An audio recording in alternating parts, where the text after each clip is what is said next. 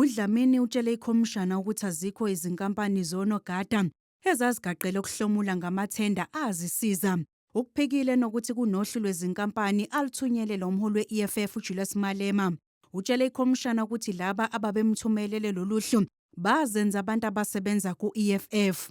Two guys, as I indicated previously, Muzi and Sipho, came to me claiming to be having these companies from the EFF, of which I wanted to ascertain how true is it, because these are people I know years back while we were still in the student movement.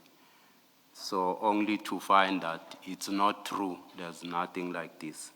Uphinde wabuzwa mayelana nemiyalezo ayithumelela isikhulu esibhekele ezemali eTshwane naso esimisiwe uGareth Mnisi eyayimayelana nohlu lwezinkampani ezazigaqela amathenda.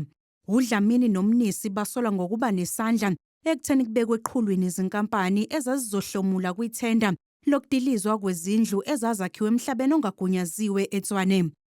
Why do you forward it when you know that it's being given to you for an improper purpose? If they come to me, Commissioner, and say assist us and not use people's name, I'll explain to them.